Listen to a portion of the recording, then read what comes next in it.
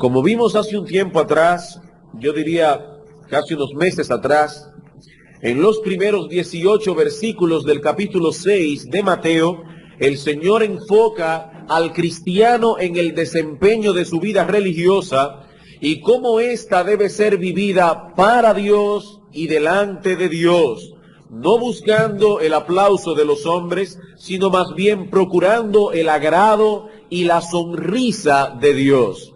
Pero ese cristiano no se dedica únicamente a orar, a hacer obras de misericordia, leer la Biblia, venir a la iglesia, etcétera. No, aunque este cristiano no pertenece a este mundo, aún vive en él y tiene que ocuparse en aquellos aspectos prácticos de la vida presente, como el comer, el vestir, pagar cuentas, mandar los niños a la escuela, comprar libros, levantar una familia, muchas cosas, hacer negocios, etcétera. Y es precisamente acerca de este aspecto de la vida del cristiano del que nos habla el Señor en los versículos 19 hasta el 34. Así que en la primera parte del capítulo, la idea central era esta: tu Padre ve en lo secreto. No hagas de tu vida de piedad un espectáculo, porque lo único que cuenta aquí es aquello que tú haces para Dios. Pero ahora, en esta sección, a partir del versículo 19, el Señor da un paso más adelante y nos dice: ese mismo Padre que ve en lo secreto, también cuida de ti. Así que en la primera sección, en los primeros 18 versículos, el problema que Cristo enfoca es el de la hipocresía, hacer un despliegue de religiosidad para llamar la atención sobre nosotros mismos y obtener una buena reputación delante de los hombres. En los versículos 19 al 34, el Señor enfoca otro problema distinto: la codicia y la ansiedad que se genera muchas veces en el manejo de las cosas de este mundo. Así como debemos cuidarnos de la hipocresía al ocuparnos de nuestros deberes religiosos, así también debemos cuidarnos de la codicia y la ansiedad al dedicarnos al manejo de las cosas de este mundo. La semana pasada concluimos aquella parte que trata con la codicia. En esta mañana pasaremos a considerar el problema de la ansiedad. Y yo quisiera que fueran conmigo, por favor, al capítulo 6 de Mateo. Vamos a leer los versículos 25 al 34. Dice el Señor: por tanto os digo, no os afanéis por vuestra vida, qué habéis de comer o qué habéis de beber, ni por vuestro cuerpo, qué habéis de vestir. ¿No es la vida más que el alimento y el cuerpo más que el vestido? Mirad las aves del cielo, que no siembran, ni siegan, ni recogen en graneros, y vuestro Padre Celestial las alimenta. ¿No valéis vosotros mucho más que ellas? ¿Y quién de vosotros podrá, por mucho que se afane, añadir a su estatura un codo? Y por el vestido, ¿por qué os afanáis? Considerad los lirios del campo, cómo crecen, no trabajan ni hilan, pero os digo que ni aun Salomón con toda su gloria se vistió como uno de esos lirios del campo. Y si la hierba del campo que hoy es y mañana se echa en el horno, Dios la viste así, ¿no hará mucho más a vosotros, hombres de poca fe? No os afanéis pues diciendo: ¿qué comeremos? ¿O qué beberemos? ¿O qué vestiremos? Porque los gentiles buscan todas estas cosas, pero vuestro Padre Celestial sabe que tenéis necesidad de todas estas cosas. Mas buscad primeramente el reino de Dios y su justicia, y todas estas cosas os serán añadidas. Así que no os afanéis por el día de mañana, porque el día de mañana traerá su afán. Baste a cada día su propio mal. En la mañana de hoy, hermanos, nosotros no entraremos a considerar profundamente el texto que acabamos de leer, sino que nos dedicaremos más bien a enfocar algunas consideraciones preliminares que nos ayudarán a una mejor comprensión de nuestro texto. Y en ese sentido nos ocuparemos básicamente de tres cosas. En primer lugar, veremos cuál es el contenido esencial de este texto.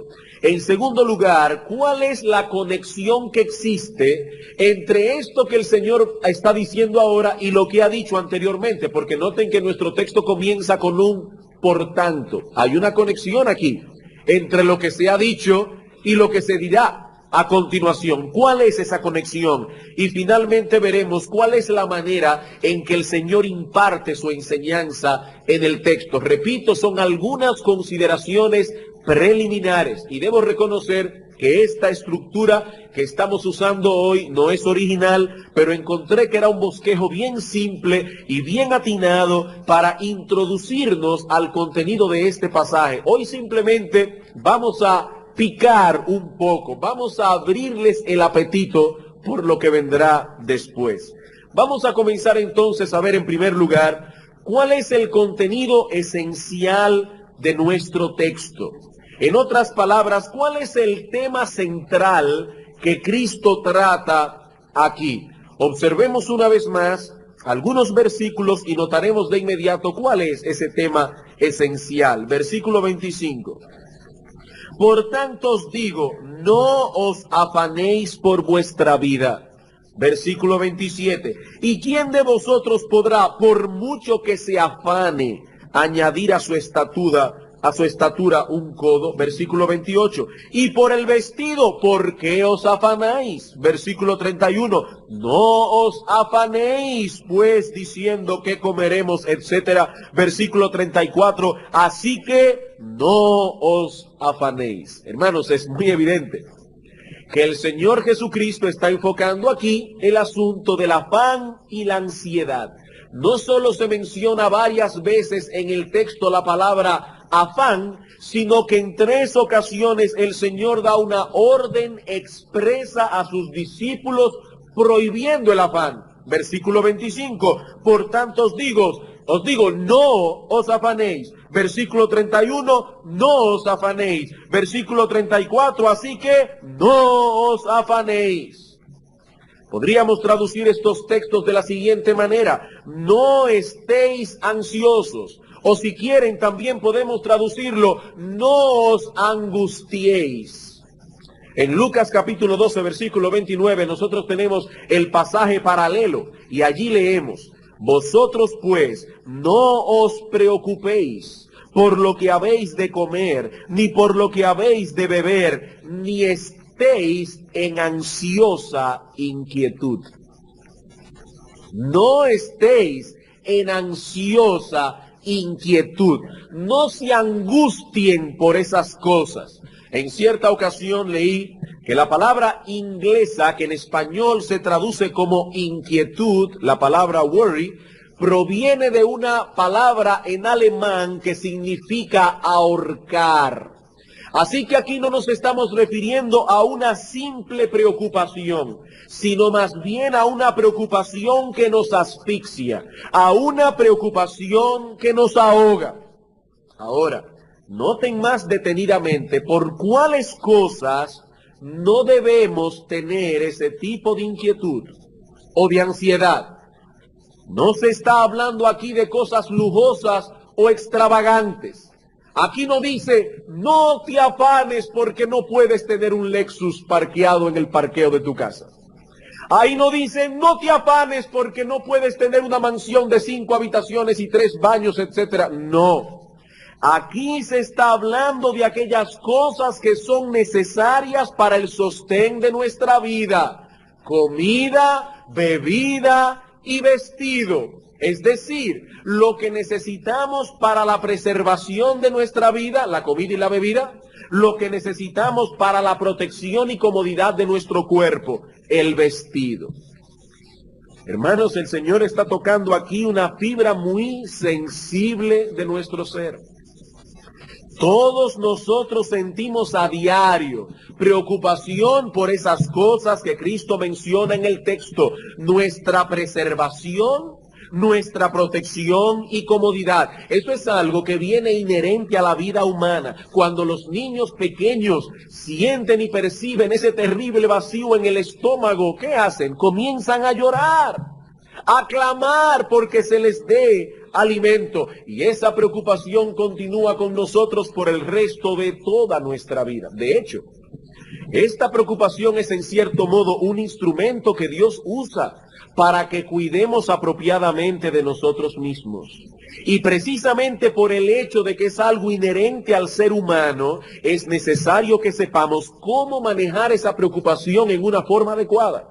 Porque si no la manejamos adecuadamente, eso que Dios nos lo dio como una bendición, se convertirá en una maldición. El efecto que causa en nosotros el afán y la ansiedad puede llegar a ser devastador. Y hermanos, yo no estoy usando palabras simplemente porque son bonitas. Devastador, es una palabra de domingo. No, estoy usando la palabra devastador porque es que tiene un efecto devastador. Vamos por un momento al Evangelio de Mateo, capítulo 13. Mateo, capítulo 13, versículo 22.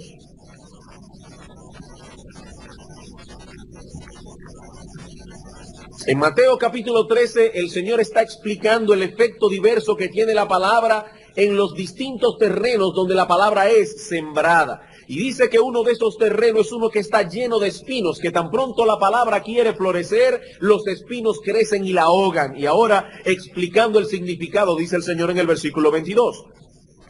El que fue sembrado entre espinos, este es el que oye la palabra. Y ahora noten, hermanos, pero el afán de este siglo, la misma palabra que aparece en Mateo capítulo 6, el afán de este siglo y el engaño de las riquezas ahogan la palabra y se hace infructuosa. Hermanos, ¿por qué muchas personas vienen a la iglesia domingo tras domingo y la palabra de Dios predicada no parece estar haciendo ningún efecto en ellos? ¿Por qué? Bueno, hay aquí una posibilidad. Es posible que el afán y la ansiedad por las cosas de este mundo esté ahogando la palabra recibida. El problema no está en la palabra. El evangelio de Cristo sigue siendo poder de Dios para salvación. El evangelio sigue siendo el medio por excelencia para edificar y fortalecer nuestro hombre interior. El problema no está en la palabra. El problema está en un corazón cargado de afán y de ansiedad por las cosas de este mundo. Cristo dice aquí, hermanos, que ese afán ahoga la palabra y la hace infructuosa. Ese era el problema de Marta, recuerdan en Lucas capítulo 12. El Señor Jesucristo va a hablar la palabra a la casa de Marta y María, pero ¿en qué estaba Marta? Afanada y turbada con muchas cosas.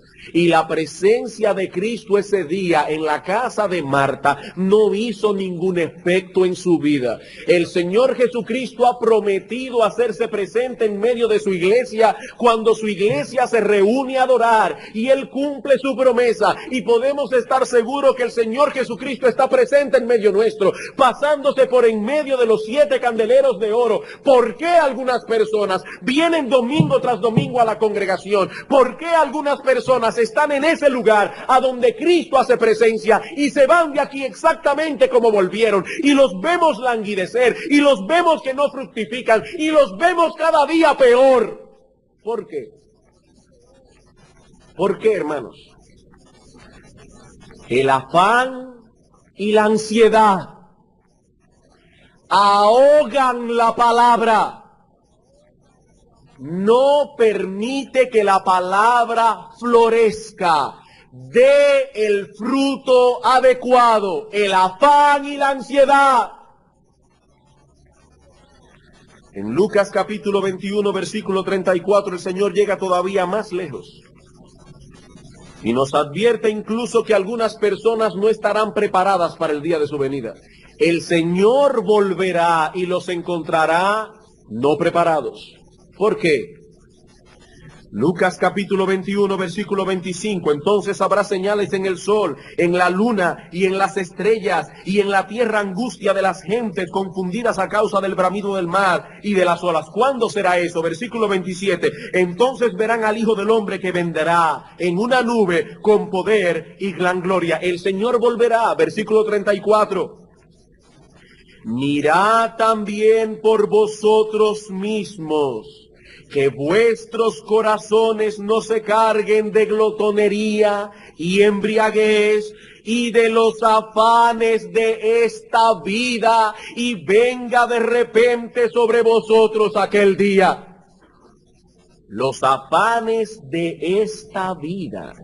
El Señor está hablando aquí a aquellos que profesan la fe, a aquellos que profesan ser sus discípulos, y les dice que aún ellos pueden no encontrarse preparados en el día de la venida del Señor. ¿Y cuál es el mal? La glotonería, el mucho banquetear, la bebida, la borrachera. Y en ese mismo nivel el Señor pone los afanes de esta vida. Como pueden ver, hermanos, cuando yo decía hace un rato que el efecto de eso es devastador, es que es devastador. Estamos hablando de algo serio, algo que tiene repercusiones de amplio alcance. Ahora bien, antes de que continuemos, es necesario hacer aquí una aclaración. Al prohibir el afán y la ansiedad, el Señor no está prohibiendo lo que podríamos llamar una preocupación legítima por las cosas de este mundo, expresada a través de un trabajo diligente. No es de eso que estamos hablando aquí. Algunas personas leen estas palabras del Señor y entonces llegan al extremo de asumir que no deben preocuparse en absoluto por proveer para los suyos. Ellos no tienen que ocuparse de esas cosas, ellos viven por fe. Yo no me afano por las cosas de este mundo, yo vivo por fe. Si Dios alimenta las aves del cielo y Dios cuida los lirios del campo, yo creo firmemente que puede ocuparse también de mí, sin que yo tenga que preocuparme tanto por las cosas. Yo vivo por fe. No, mi amigo, un momento. Es cierto que nuestro Señor Jesucristo prohíbe en el Sermón del Monte el afán y la ansiedad, pero de ninguna manera está prohibiendo la diligencia que debemos tener para proveernos de aquellas cosas que son necesarias para nuestro sostén y el sostén de nuestra familia. Ustedes conocen los textos bíblicos. Segunda Tesalonicenses, capítulo 3, versículo 10. El que no quiere trabajar, a que tampoco coma. Que se muera de fe. El que no quiere trabajar, que tampoco coma. En Efesios capítulo 4, versículo 29 dice el apóstol Pablo, el que hurtaba ya no hurte más, sino que trabaje con sus manos, haciendo lo que sea necesario, no solo para él, sino para compartir con el que tiene necesidad. Que trabaje. Dios ha establecido el trabajo como el medio a través del cual el hombre habría de proveerse las cosas que necesitará para la preservación y protección de su vida.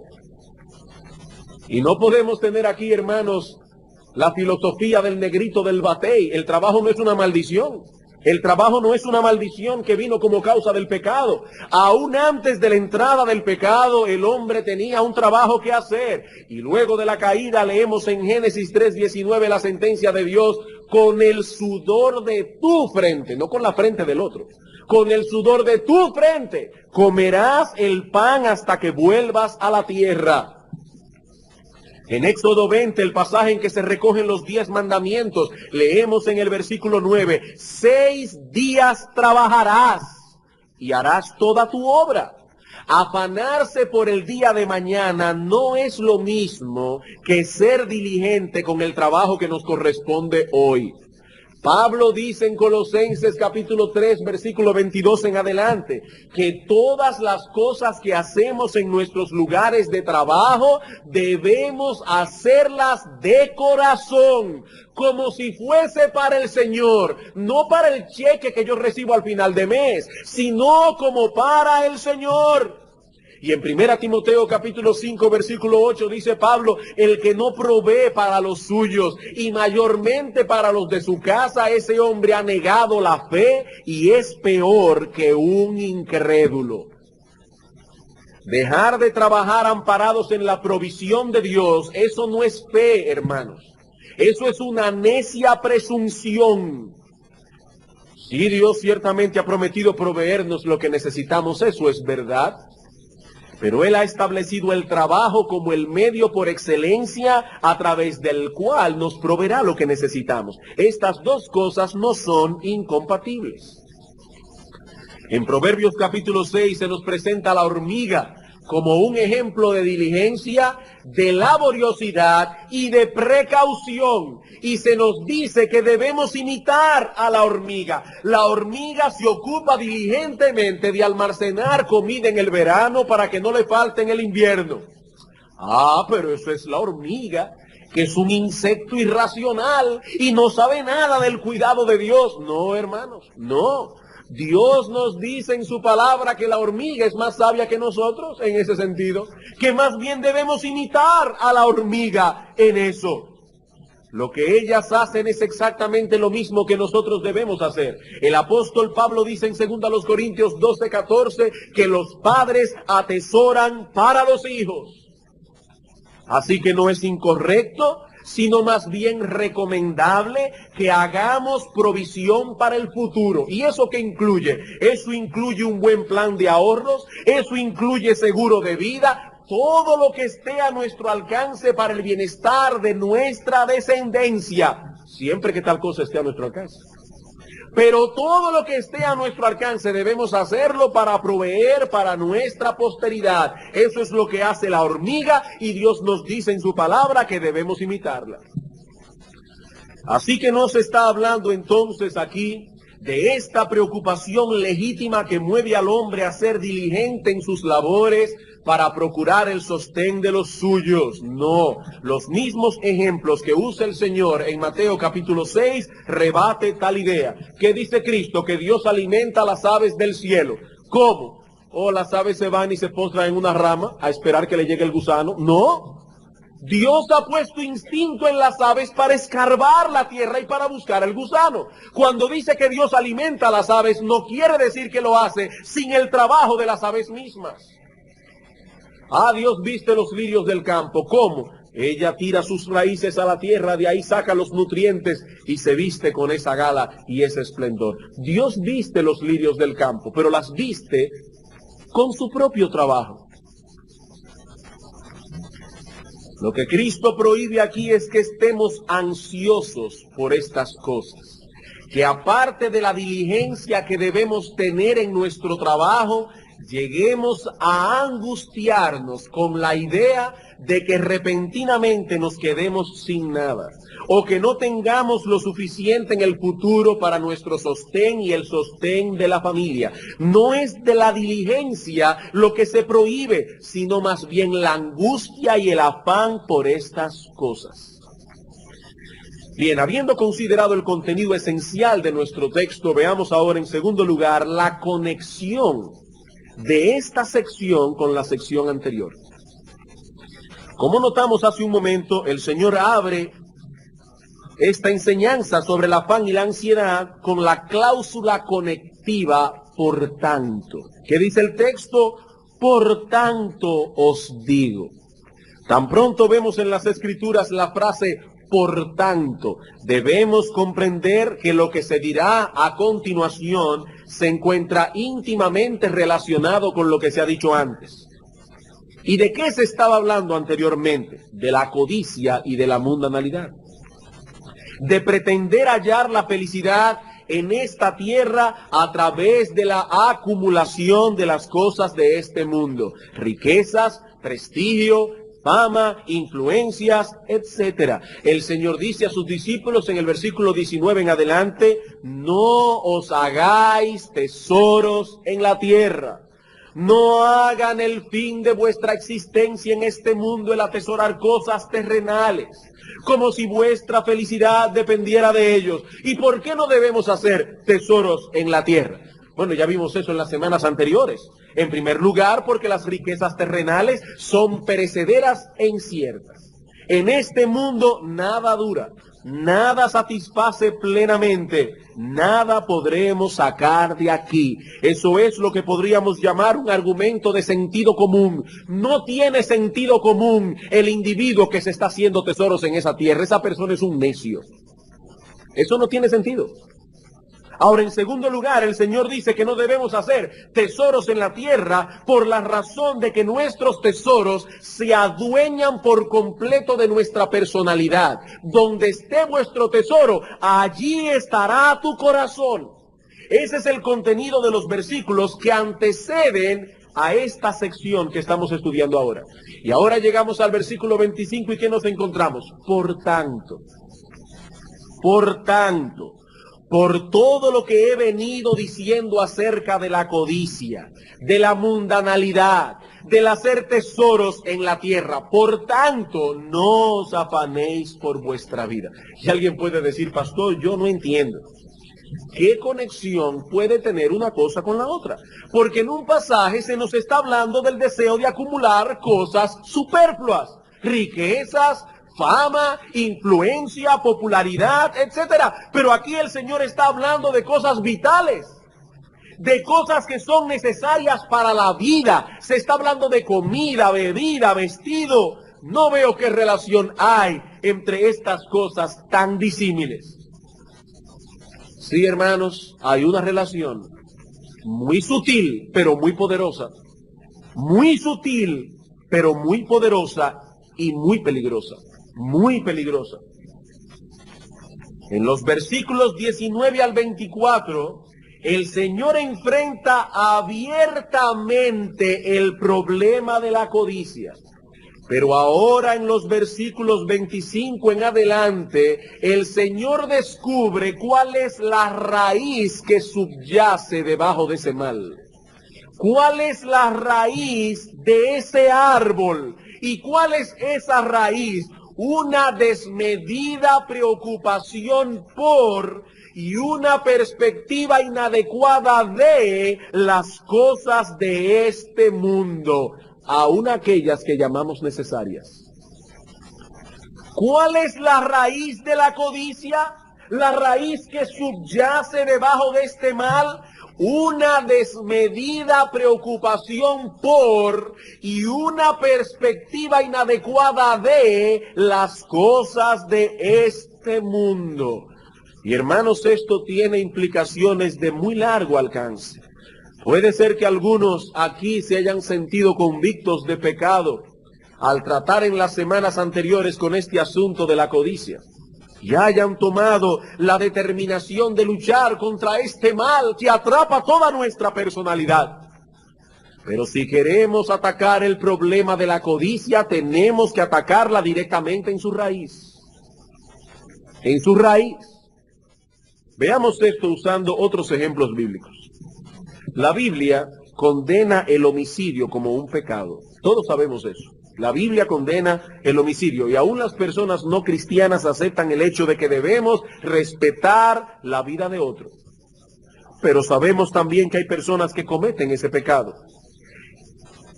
Y lo más curioso, sabemos también que muchas personas que llegan a asesinar a otra pensaron a lo largo de toda su vida hasta que cometieron el hecho que nunca llegarían hasta ahí. Hay muchas personas que llegan a matar y nunca en su vida pensaron ni se imaginaron que llegarían hasta ahí. Nunca. ¿Pero qué sucedió?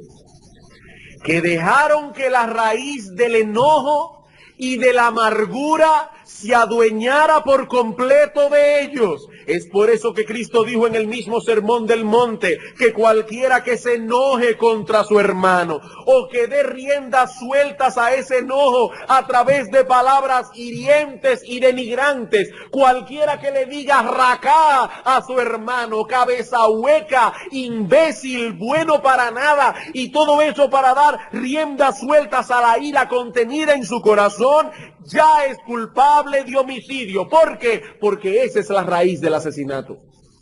Esa es la raíz. La misma Biblia que condena el adulterio y la fornicación, condena también las miradas inconvenientes. ¿Por qué? Porque una es la raíz de la otra. Una es la raíz de la otra.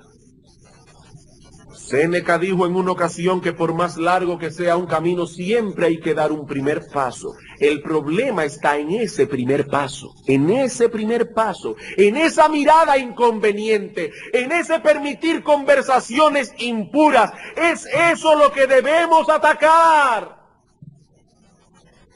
Y ese es el camino que toma Cristo en nuestro texto. Primero la raíz, luego el árbol. Quizá alguna persona que ha estado escuchando los sermones de las semanas anteriores acerca del hacer tesoros en la tierra, tal vez pensó aquí sentado el domingo pasado, eso no tiene que ver conmigo. Yo no quiero ser rico, ni quiero ser famoso, ni quiero tener influencia en ningún círculo. A lo único que yo aspiro es a tener lo necesario. Lo necesario. ¿Saben una cosa?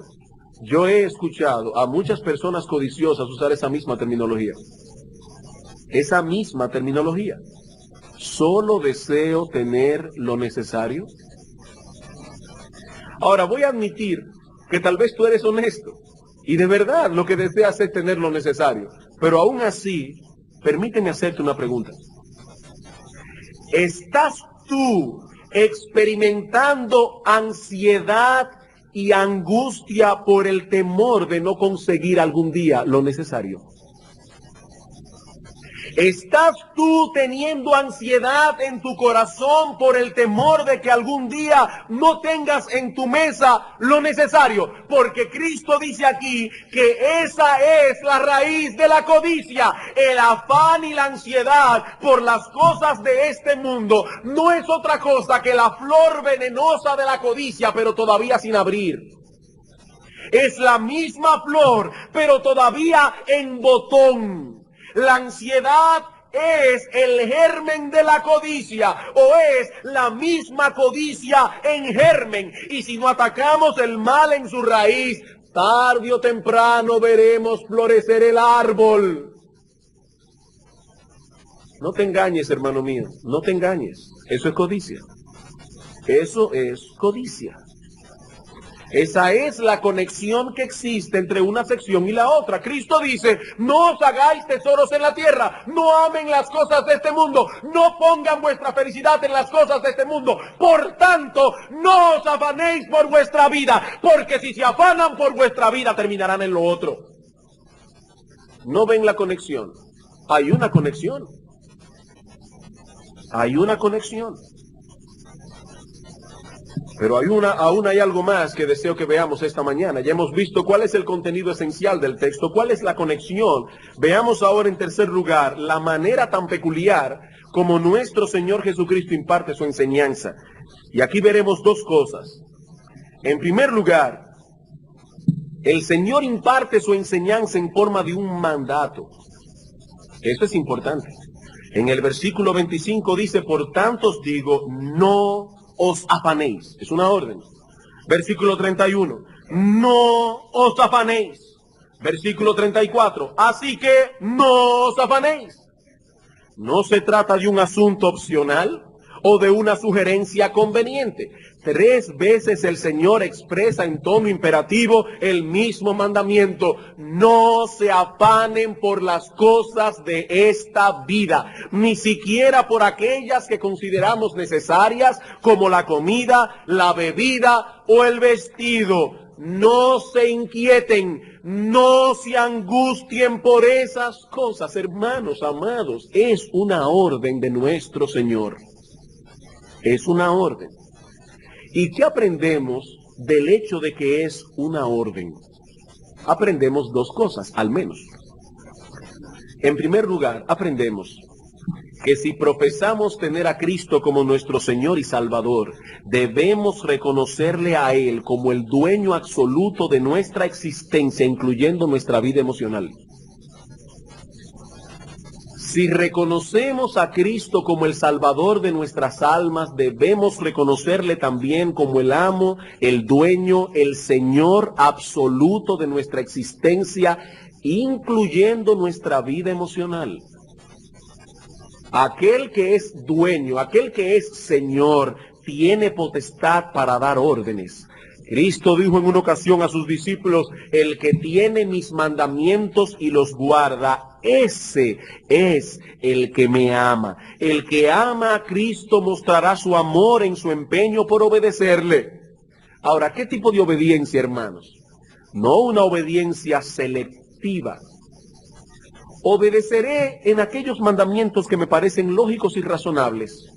Echaré a un lado los que no entiendo o que yo entienda que son muy difíciles para mí. No, hermanos, la obediencia selectiva no es otra cosa que desobediencia disfrazada. Nosotros no podemos obedecer a Cristo así. Si Cristo es el Señor, Él tiene derecho sobre toda nuestra vida, incluyendo nuestra vida emocional. Y Él dice aquí en el Sermón del Monte que no podemos estar ansiosos. No podemos. El dueño de nuestra vida dio una orden: no podemos. No os afanéis por ninguna cosa de esta vida. Es una orden del Señor. El amo absoluto del universo, que murió en una cruz por nuestros pecados para redimirnos de toda iniquidad, ha dado una orden: no os afanéis. Está haciendo uso de la autoridad que le compete por ser Rey de reyes y Señor de señores, y da una orden a sus súbditos: no os afanéis. ¿Y qué aprendemos de eso? Que el señorío de Cristo alcanza aún nuestra vida emocional. Aún nuestra vida emocional. Y en segundo lugar, y esto es más crítico, hermanos, aprendemos también que afanarnos y angustiarnos por las cosas aún necesarias de esta vida presente es un pecado. Afanarnos y angustiarnos por las cosas necesarias de esta vida presente es un pecado. Todo el mundo está dispuesto a admitir que la codicia es un pecado. Oh, sí, estoy convencido de que es pecaminoso el vivir haciendo tesoros en la tierra. Eso es idolatría. Pero, hermanos, ¿aceptamos también que el afán y la ansiedad son igualmente pecaminosos? Hermanos amados, ¿qué es el pecado? En Primera de Juan, capítulo 3, versículo 4, dice que el pecado es infracción de la ley. Y lo que tenemos aquí es un mandato de nuestro Señor: no os afanéis por vuestra vida. Si nos afanamos, estamos transgrediendo su ley. Estamos transgrediendo su mandato. Y si estamos transgrediendo su ley, estamos pecando contra Él. Y en el caso de un cristiano, no con cualquier tipo de pecado, con un pecado grave a los ojos de Dios.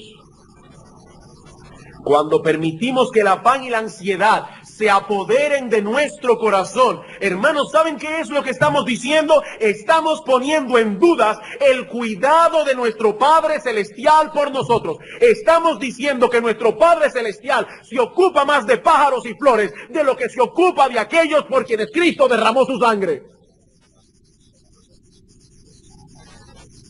Suponga usted por un momento que su hijo se acerca a usted uno de estos días y le dice: papi o mami, dependiendo del caso, la tarde de ayer me detuve a observar cómo regabas las plantas del jardín. Y vi luego que tomabas un pan y le echabas las migajas a las aves que estaban en el jardín. Pero papi o mami, en lo que a mí respecta, siempre vivo en el temor de que algún día decidas dejarme morirme de hambre. Suponga que su hijo va a usted con lágrimas en los ojos, temblando de miedo, y le dice: papi o mami, yo sé que tú cuidas las plantas del jardín, pero tengo miedo de que algún día me dejarás morir de hambre. Hermano, ¿cómo te sentirías tú si tu hijo viene a ti diciéndote esas cosas? Eso es exactamente lo mismo que le decimos a Dios cuando permitimos que el afán y la ansiedad se adueñen de nuestro corazón por las cosas de este mundo. Eso es exactamente lo mismo. Él nos dio la vida, pero aún así dudamos que será lo suficientemente bondadoso. o lo suficientemente sabio o lo suficientemente poderoso como para suplir lo que necesitamos para la preservación y protección de esta vida. No hay alternativa. O dudamos de que Dios quiera hacerlo, o dudamos de que Él pueda hacerlo, o dudamos de que Él sepa cómo hacerlo. Si no, no estaríamos ansiosos. No estaríamos ansiosos. Hermano, si tú estás usando los medios que Dios ha ordenado para conseguir tu sostén y el sostén de tu familia, y aún así vives ansioso por el día de mañana, estás afrentando el carácter de Dios y poniendo en duda sus promesas. Y yo me pregunto, ¿no ese es un grave pecado a los ojos de Dios?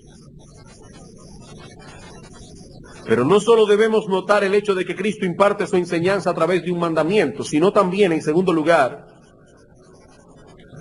que soporta su mandamiento a través de algunas observaciones simples y sencillas.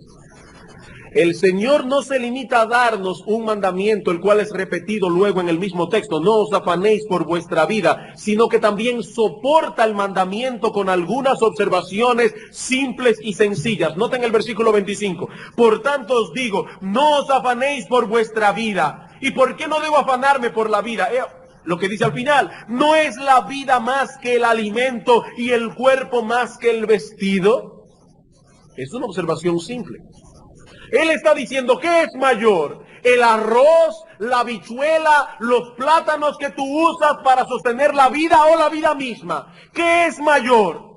La respuesta es obvia, la vida es mayor que el alimento. Ah, qué inteligente eres. ¿Y quién te dio la vida? Ah, Dios me dio la vida. ¿Y acaso no puedes creer que el que te dio lo mayor te dará lo menor? Te dio la vida, y no te puede dar aquello que es necesario para sostener la vida. Cristo está diciendo, por favor, piensen, deténganse a pensar. Es una observación simple y sencilla. Mirad las aves del cielo, no trabajan, no son ingenieros, ni arquitectos, ni doctores, ni abogados, y como quiera encuentran su sostén. Mirad los lirios del campo. ¿Acaso se vistió Salomón alguna vez como uno de ellos? Y los lirios del campo no trabajan, ni hilan, ni recogen en granero. Y vuestro Padre Celestial las alimenta. ¿Por qué os afanáis? ¿Por qué os afanáis? Y saben, hermanos, que aprendemos de la metodología que usa el Señor aquí. Entre otras cosas, aprendemos que para librarnos del afán y la ansiedad no es suficiente con orar.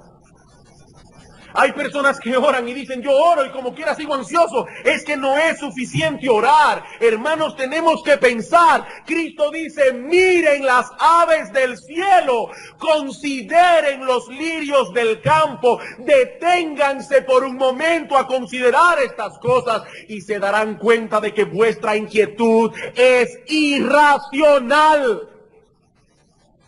Que no existe ninguna razón para estar ansiosos. Hermanos, es necesario que pensemos, es necesario que meditemos en esas cosas, que pongamos al servicio del bien de nuestra alma, nuestras neuronas cerebrales. El Señor dice, mira las aves,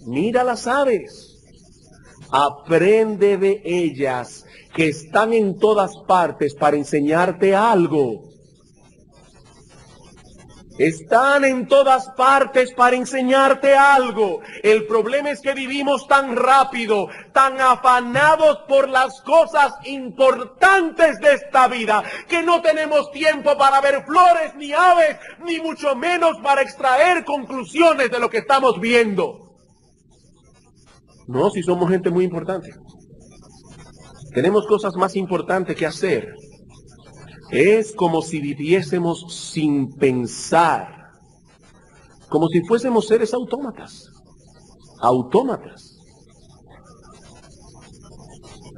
¿Recuerdan ustedes, hermanos, lo que dijimos en el sermón anterior cuando consideramos los versículos 22 al 23?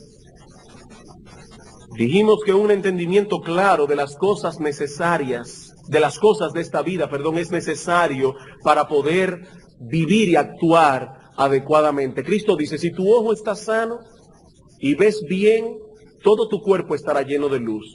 Pero si tu ojo está enfermo y ves doble o ves borroso, no podrás desenvolverte con normalidad. Lo mismo ocurre con el entendimiento. Si tenemos una perspectiva correcta de las cosas de este mundo, todo caerá en su lugar. Todo caerá en su lugar. Pero si la perspectiva es inadecuada, todo nuestro ser se resentirá. Hay personas que viven la vida entera nerviosas. Y uno habla con ellos y uno siente que la angustia de ellos casi pone a uno a temblar. No tienen el ojo bien, no ven bien. Tienen una perspectiva borrosa de las cosas. Y el Señor nos está proveyendo aquí una perspectiva correcta. Mira las aves, dice Cristo. Mira las aves. No te está dando nada muy complicado. Mira las aves. Cualquiera puede mirar las aves. Yo estoy seguro que los niños aquí pueden mirar las aves. Considera las flores. ¿Es esto complicado? No. Y luego pregúntate, ¿quién cuida de ellos? Dios. Y si ese mismo Dios es tu Padre, ¿por qué te afanas tanto entonces? ¿Por qué te afanas? Una vez más, es un problema de sentido común. Claro, un sentido común santificado por la fe. Si crees una cosa, debes creer la otra.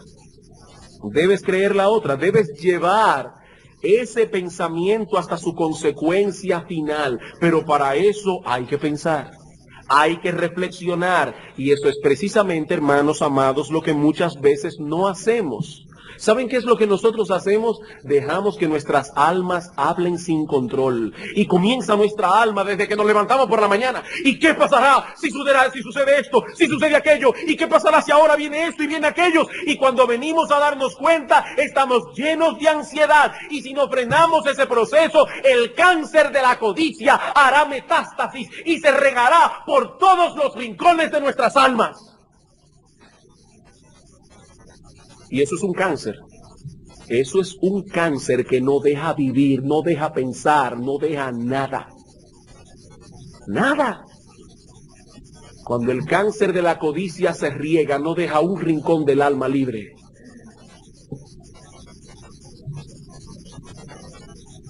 Bien, hermanos, como había dicho al principio, no era mi intención considerar de lleno este pasaje.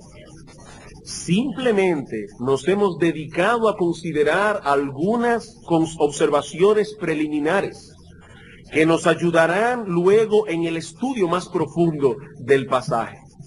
Pero antes de concluir, permítanme dirigir unas palabras a las personas que nos visitan en esta mañana. Mi amigo, estas palabras que leemos aquí fueron dirigidas por Cristo a sus discípulos. A todos aquellos que por medio de la fe en Cristo han venido a ser hijos de Dios. Porque mi amigo, la Biblia dice simple y llanamente que no todo el mundo es hijo de Dios. El mensaje de la Biblia es claro, es contundente en ese sentido. En Juan capítulo 1, versículo 12 dice el Señor: mas a todos los que le recibieron, a los que creen en su nombre, les dio potestad de ser hechos hijos de Dios, los cuales no son engendrados de voluntad de carne, ni de voluntad de sangre, ni de voluntad de varón, sino de Dios. No todo el mundo tiene a Dios por Padre, sino únicamente aquellos que han recibido la salvación que Cristo vino a ofrecer por medio de la fe. Únicamente aquellos pecadores que han venido humildemente a Él pidiendo perdón por sus pecados. Únicamente aquellos que han confiado plenamente y únicamente en la vida perfecta de Cristo y en su obra redentora cuando murió en la cruz. ¿Y por qué digo esto? Porque no debemos tomar para nosotros promesas que no fueron dadas para nosotros. Puede ser que alguno aquí lea estas cosas y diga: qué bueno, mi Padre Celestial cuida de mí. Pero mi amigo, ¿cómo tú sabes que el Dios de la Biblia es tu Padre? ¿Cómo tú sabes que ese Dios es tu Padre? Escucha una vez más lo que dice Juan 1:12. Mas a todos los que le recibieron, a los que creen en su nombre. Y ahora yo te pregunto, ¿has venido tú alguna vez humillado delante del Señor, reconociendo tus pecados, pidiendo perdón por ellos, reconociendo a Cristo como el único que puede librarte de tus pecados, reconociendo a Cristo como el dueño de tu voluntad? Si tú no has hecho eso, Dios no es tu Padre. Y si Dios no es tu Padre, esa promesa no es para ti. Esa promesa no es para ti. Cristo dijo, el que cree en mí tiene vida eterna. ¿Qué clase de vida eterna? Dice en otra parte, y esta es la vida eterna, que te conozcan a ti. El que cree en mí tiene vida eterna por la fe. El que tiene esa vida eterna conoce a Dios. Si echamos el argumento para atrás, el que no tiene la vida eterna no conoce a Dios. Y el que no cree no tiene la vida eterna. El que cree tiene vida eterna. Y la vida eterna es conocer a Dios y tener a Dios por Padre. Mi amigo, es por medio de la fe que somos adoptados en la familia de Dios. Y entonces podremos con gozo apropiarnos de estas promesas. Hermanos, que el Señor nos ayude a tomar las palabras que aparecen en este lugar como un bálsamo para nuestro corazón. Y por otro lado, que el Señor abra el entendimiento de algunos para que puedan entender esta verdad. Vamos a orar.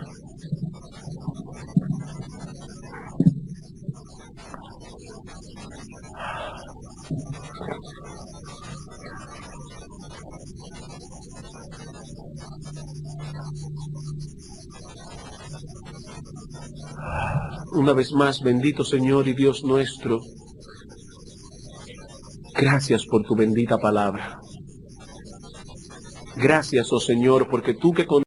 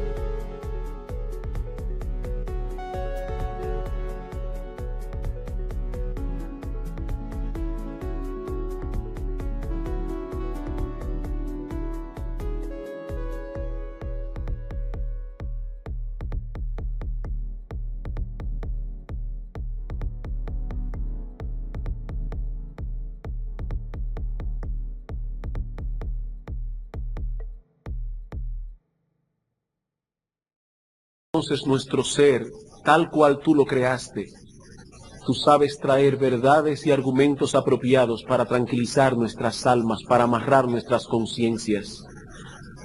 Perdónanos, oh Señor, por las tantas veces que te hemos afrentado con nuestro afán y nuestra ansiedad. Perdónanos, oh Dios, por las muchas veces que hemos dudado de ti. Perdónanos, Padre bueno, por las muchas veces que hemos puesto en duda tu bondad, por las muchas veces que hemos puesto en duda tu sabiduría, por las muchas veces que hemos dudado de tu poder. Perdónanos, oh Señor, por no ampararnos en tus promesas que son fieles y verdaderas. Pero gracias porque tú has prometido en Cristo perdón para nuestros pecados. Pero mira también, oh Señor, a muchos que están aquí en esta mañana, que no tienen el privilegio de llamarte a ti, Padre nuestro que estás en los cielos. Queremos implorarte que tú obres en sus corazones, para que ellos puedan hoy depositar su fe en nuestro bendito Salvador, y por esa fe puedan ser adoptados en tu familia. Gracias, Padre, una vez más, por haber enviado lluvia fresca a nuestros corazones en esta mañana, a través de tu palabra. En Cristo Jesús nuestro Señor. Amén.